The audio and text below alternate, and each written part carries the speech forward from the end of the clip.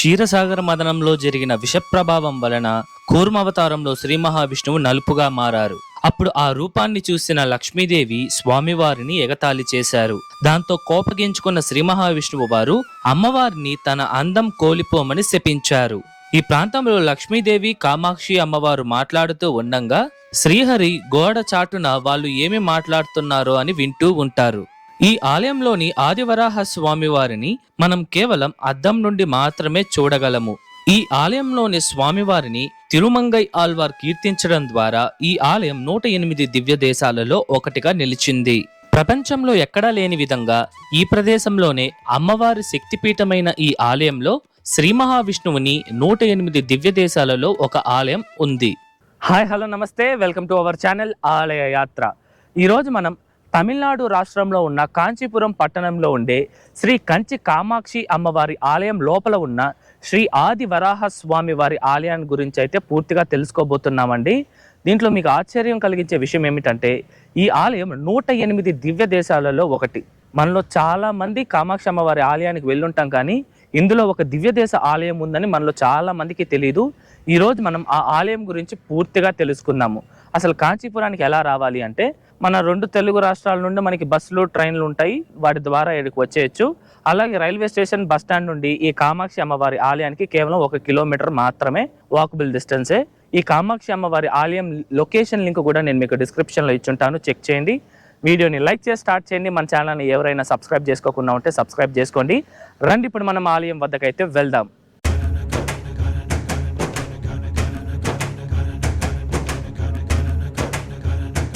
ఇదేనండి కామాక్షి అమ్మవారి ఆలయం.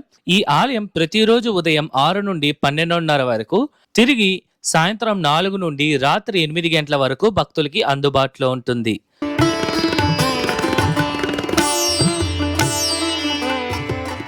మనం స్వామివారి చరిత్రను తెలుసుకునే ముందు మరొక కొన్ని విషయాలు తెలుసుకోవాలి. అదేంటంటే మనం దర్శించబోయే ఈ ఆదివరాహ పెరుమాళ్ స్వామి వారికి ఈ కామాక్షి అమ్మవారి ఆలయం లోపల ఎటువంటి ఆలయం లేదు. అయితే ఇంత పెద్ద అమ్మవారి ఆలయంలో స్వామివారు ఎక్కడ ఉన్నారు, మనం ఎలా దర్శించుకోవాలి అనే విషయాన్ని, మరియు అసలు ఎందుకు స్వామివారికి ప్రత్యేకంగా ఆలయం లేదు అనే విషయాలను మరి కొంత సమయంలో తెలుసుకుందాం.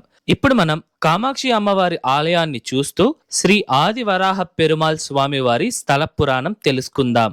పూర్వం క్షీరసాగర మదనంలో దేవతలు మరియు రాక్షసులు అమృతం కోసం మందర అనే కొండను కవ్వంగా, వాసుకి అనే పాముని తాడుగా ఉపయోగించి సముద్రంపై చిలకగా, కొంత సమయానికే దేవతలు మరియు రాక్షసులు సరిసమంగా చిలకకపోవడంతో ఆ మందరం కొండ దాని సమాంతరం కోల్పోతుంది.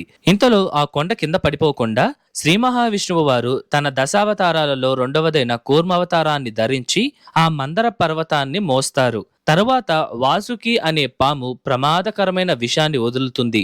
ఆ విష ప్రభావానికి మొత్తం సృష్టి నాశనమయ్యే స్థితికి చేరుకుంటుంది. అప్పుడు దేవదేవతలందరూ భయపడి పరమేశ్వరుడి వద్దకు వెళ్లి విశ్వాన్ని రక్షించమని కోరగా పరమేశ్వరుడు ఆ విషాన్ని తాగి విశ్వాన్ని రక్షించారు. అదే సమయంలో ఆ విష ప్రభావం వలన కూర్మావతారంలో ఉన్న శ్రీ మహావిష్ణువు వారి శరీరం పూర్తిగా నలుపు రంగులోకి మారుతుంది. స్వామివారిని నలుపు రంగులో చూడగానే లక్ష్మీదేవి అమ్మవారు ఎగతాళి చేశారు. అప్పుడు స్వామివారు నవ్వుతూ, నిజమైన అందం మనసులో ఉంటుంది, మన చూపులోనో లేదా శరీర ఆకృతిలోనో ఉండదు. నువ్వు నీ అందాన్ని ప్రేమించవచ్చు, కానీ అది నిన్ను గర్వపడేలా చేయకూడదు. నువ్వు నీ అందానికి ఎక్కువ ప్రాముఖ్యత ఇచ్చావు, నువ్వు నీ అందమంతా కోల్పోయి నిరాకారంగా మారుతావు అని స్వామివారు అమ్మవారిని శపించారు. అప్పుడు తను చేసిన తప్పును తెలుసుకున్న అమ్మవారు స్వామివారికి క్షమాపణ చెప్పగా స్వామివారు అంగీకరించరు. బదులుగా కాంచీపురానికి వెళ్లి ప్రార్థించమని సలహా ఇచ్చారు. స్వామివారి సలహా మేరకు అమ్మవారు కాంచీపురంలోని కామాక్షి అమ్మవారి వద్దకు వచ్చి ఈ ఆలయం లోపల ఉన్న గాయత్రి మండపంలో ఉండడానికి అనుమతి తీసుకొని ప్రతిరోజు స్వామివారిని ప్రార్థించగా రోజు రోజుకి ఆ శాపం యొక్క ప్రభావం తగ్గి లక్ష్మీదేవి అమ్మవారు తన అందాన్ని తిరిగి పొందారు.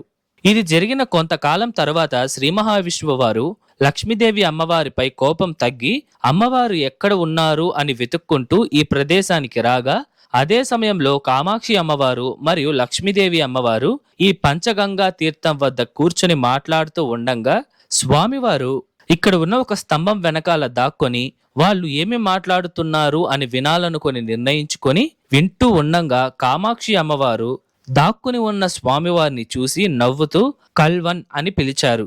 కల్వన్ అంటే దొంగ అని అర్థం. స్తంభం వెనకాన దాక్కుని ఉన్న విష్ణువు అమ్మవారు ముందుకు రాగా కామాక్షి అమ్మవారు స్వామివారిని ఆట పట్టించేందుకు స్వామివారిని మొదట కూర్చోమని, తర్వాత పనుకోమని, తర్వాత నిలబడమని రకరకాలుగా స్వామివారిని ఆట పట్టించారు. స్వామివారు కూడా కామాక్షి అమ్మవారు చెప్పినట్లుగానే కూర్చున్నారు, నిలబడ్డారు, పనుకున్నారు. ఇలా అమ్మవారు ఎందుకు ఆట పట్టించారు అంటే మన పురాణాల ప్రకారం శ్రీ మహావిష్ణువు పార్వతీదేవి యొక్క సోదరుడిగా భావిస్తారు. ఇందు కారణంగానే ఒక అక్క తమ్ముడిని ఆట పట్టించినట్లుగా అమ్మవారు కూడా స్వామివారిని ఆట పట్టించారు. ఈ సంఘటనకు ఆధారంగా ఈ ఆలయ కోనేరు పక్కనే ఒక పొడగాటి ఆలయం ఉంటుంది. ఈ మందిరంలో శ్రీ మహావిష్ణువు కింద అంతస్తులో నిలబడి ఉన్న భంగిమలో భూత నిగ్రహ పెరుమాలుగా దర్శనమివ్వగా, మరొక 2 అంతస్తుల్లో కూర్చున్న భంగిమ, ఆఖరిగా 2వ అంతస్తులో శయన భంగిమ అనగా పడుకొని ఉన్న భంగిమలో దర్శనమిస్తారు. నేను వెళ్ళిన సమయంలో గ్రౌండ్ ఫ్లోర్ లో ఉన్న స్వామివారిని మాత్రమే దర్శించుకున్నాను. పైన అంతస్తులకి అనుమతించలేదు. మరొక స్థల పురాణం ప్రకారం పూర్వం మహాశివుడు పార్వతీదేవిని కొన్ని అభిప్రాయ భేదాల కారణంగా శపించారు. అప్పుడు అమ్మవారు ఆ శాపం నుండి విముక్తి పొందడం కోసం ఈ ప్రాంతానికి వచ్చి ఒంటి కాలు మీద నిలబడి శ్రీ మహావిష్ణువుని దశావతారాలలో 5వదైన వామన భగవానుణ్ణి ప్రార్థిస్తూ అమ్మవారు ధ్యానం చేశారు. అమ్మవారి ప్రార్థనలకు మెచ్చిన వామన భగవానుడు అమ్మవారిని శాపం నుండి విముక్తి కలిగించారు. ఈ ఆలయంలోని మరొక స్థల పురాణం ప్రకారం పూర్వం దశరథ మహారాజుకు పిల్లలు లేరని బాధపడుతున్నప్పుడు శ్రీ మహావిష్ణువు వారు ఆయనతో కామాక్షి అమ్మవారిని పూజించి పుత్రకామేష్టి యాగం చేయమని సలహా ఇవ్వగా, దశరథ మహారాజు అమ్మవారిని పూజించి పుత్రకామేష్టి యాగం చేయగా దానికి ప్రతిఫలంగా ఆయనకు ఒక బిడ్డ కూడా జన్మించారు. ఇక్కడ స్వామివారు నిలబడి ఉన్న భంగిమలో 4 చేతులను ధరించి ఆది వరాహ పెరుమాలుగా పూజలందుకుంటున్నారు. మనం వరాహ అనే పేరు వినంగానే ఇక్కడ స్వామివారు వరాహ రూపంలో ఉంటారు అని అనుకుంటాము. కానీ స్వామివారు తన మామూలు ముఖంతోనే దర్శనమిస్తారు. ఇక్కడ స్వామివారిని శ్రీ కల్వ పెరుమాళ్ అని కూడా పిలుస్తారు. ఈ ఆలయంలో లక్ష్మీదేవి అమ్మవారికి ప్రత్యేకంగా మందిరం అయితే లేదండి.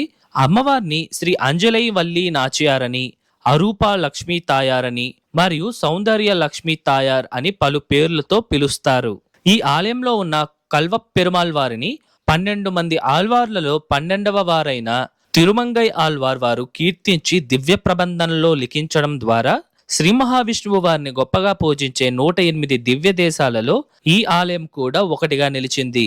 ఇదివరకే మన ఛానల్లో దాదాపు 18 దివ్య దేశ ఆలయాలను అయితే దర్శించడం జరిగింది. ఆ వీడియోస్ ఎవరైనా చూడకపోయింటే మన ఛానల్ ప్లేలిస్ట్ లో ఉంటుంది, చెక్ చేయండి. స్వామివారి మూల విరాట్ ఉన్న విమానాన్ని వామన విమానం అని పిలుస్తారు. ఈ దివ్యదేశ ఆలయానికి కూడా ఈ పంచగంగా తీర్థాన్ని ఆలయ కోనేరుగా పరిగణిస్తారు. ఆ త్రోవలో ఈ తీర్థాన్ని నిత్య పుష్కరిణి అని పిలుస్తారు. సరే, అయితే ఈ ఆదివరాహ పెరుమాళ్ లేదా కల్వ పెరుమాళ్ వారు ఈ కామాక్షి అమ్మవారి ఆలయంలో ఎక్కడ ఉన్నారు అంటే, మనం అమ్మవారిని దర్శించుకోవడానికి బయట ఒక లైన్ ఉంటుంది. ఆ లైన్ నుండి వెళ్ళంగానే ఆలయం లోపలికి వెళ్తాం. అక్కడ నుండి రైట్ తిరిగి కొంచెం ఒక 10-15 అడుగుల తర్వాత లెఫ్ట్ కి తిరిగితే మళ్ళీ ఒక 10 అడుగులు స్ట్రైట్ వెళ్తే రైట్ సైడ్ లో ఒక చిన్న బ్యారిగేట్ ఉంటుంది. ఆ గేట్ నుండి నిలబడి స్లైట్ గా రైట్ సైడ్ వైపును చూస్తే ఒక చిన్న సన్నిధి లోపల 6 అడుగుల అద్దం కనిపిస్తుంది. ఆ అద్దంలో నుండే మనకి స్వామివారి యొక్క మూల విరాట్ రిఫ్లెక్షన్ పడుతుందన్నమాట. మనం ఈ ఆలయంలో ఆదివరాహ పెరుమాళ్ వారిని ఈ అద్దం ద్వారానే దర్శించుకోగలము. నేరుగా వెళ్లి స్వామివారి యొక్క మూల విరాట్ ని దర్శించుకోలేము. మీకు ఎక్కడైనా డౌట్ వస్తే అక్కడ ఉన్న స్టాఫ్ ని దివ్యదేశ పెరుమాళ్ సన్నిధి ఎక్కడా అని అడిగితే వాళ్ళు చెప్తారు. అసలు చాలా మందికి ఈ దివ్య దేశం గురించి తెలియదు. లోపలికి రాగానే అందరూ కామాక్షి అమ్మవారిని దర్శించుకొని వెళ్ళిపోతారు. మీరు మాత్రం అలా చేయకుండా స్వామివారిని కూడా దర్శించుకోండి. అయితే లక్ష్మీదేవి అమ్మవారి యొక్క మూల విరాట్ ఎక్కడ ఉంది అంటే, ప్రధాన కామాక్షి అమ్మవారి విగ్రహానికి ఎడమ వైపున మరియు సౌభాగ్య గణపతి మందిరానికి ముందర వైపున అమ్మవారు మనకి దర్శనమిస్తారు. లక్ష్మీదేవి అమ్మవారిని దర్శించుకోవడం కొంచెం కష్టం. ఎందుకంటే కామాక్షి అమ్మవారిని చూసే లోపే అక్కడున్న వాళ్ళు వెళ్ళండి వెళ్ళండి అని పంపించేస్తారు. మీరు ఇంకొంచెం రిక్వెస్ట్ చేసి అక్కడే నిలబడుకొని కామాక్షి అమ్మవారితో పాటు లక్ష్మీదేవి అమ్మవారిని కూడా దర్శించండి. ఇంత ప్రసిద్ధి చెందిన దివ్య దేశానికి ప్రత్యేకంగా పూర్వం ఏమైనా ఆలయం ఉండిందా అంటే కొన్ని ఆధారాల ప్రకారం లేదనే చెప్తున్నారు. అనేక శతాబ్దాలుగా స్వామివారు మరియు అమ్మవారు ఈ కామాక్షి అమ్మవారి ఆలయం లోపలే భక్తులకి దర్శనమిస్తున్నారు. కానీ మరికొందరు చెప్పేదాని ప్రకారం పూర్వం స్వామివారు యొక్క ఆలయం ఈ కాంచీపురంలోనే మరొక ప్రదేశంలో ఉండింది. అది కాలక్రమేణా ఆ ఆలయం శిథిలమైపోవడంతో స్వామివారిని మరియు అమ్మవారి మూర్తులను ఇక్కడ తిరిగి ప్రతిష్ఠించారు అని చెప్తున్నారు. ఇది నిజమే అని చెప్పడానికి కూడా ఎటువంటి ఆధారాలు ఇప్పటి వరకు దొరకలేదు.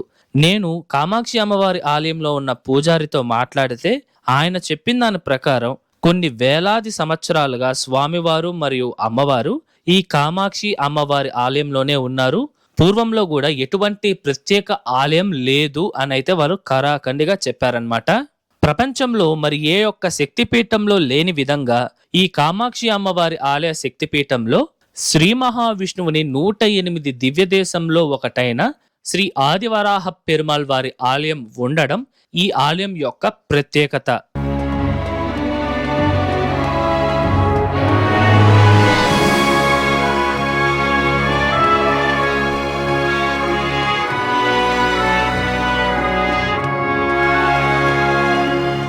ఇదండి ఇవాళ వీడియో ఎలా ఉంది, నచ్చిందా? ఐ హోప్ ఈ ఆలయం తాలూకు పూర్తి చరిత్ర మీకు అర్థమయ్యేలా చెప్పాను అనుకుంటున్నాను. మీకు ఎటువంటి డౌట్స్ ఉన్నా సరే మర్చిపోకుండా కమెంట్స్లో తెలియజేయండి, నేను మీకు పక్కా రిప్లై ఇస్తాను. అలాగే ఈ వీడియోకి ముందు మన ఛానల్లో శ్రీ పుష్పరతేశ్వర స్వామి వారి ఆలయం మరియు అష్టాదశ శక్తిపీఠాలలో 2వ శక్తిపీఠమైన శ్రీ కంచి కామాక్షి అమ్మవారి ఆలయం గురించి పూర్తిగా మనం తెలుసుకున్నాము. ఆ వీడియోస్ ఎవరైనా చూడకపోయింటే వాటి లింక్స్ నేను మీకు డిస్క్రిప్షన్లో ఇచ్చుంటాను, చెక్ చేయండి. ఈ వీడియో ఎలా ఉంది, నచ్చిందా? నచ్చితే లైక్ చేయండి, మీ ఫ్రెండ్స్ అండ్ ఫ్యామిలీస్కి షేర్ చేయండి, అండ్ దయచేసి మన ఛానల్ని సబ్స్క్రైబ్ చేసుకోండి.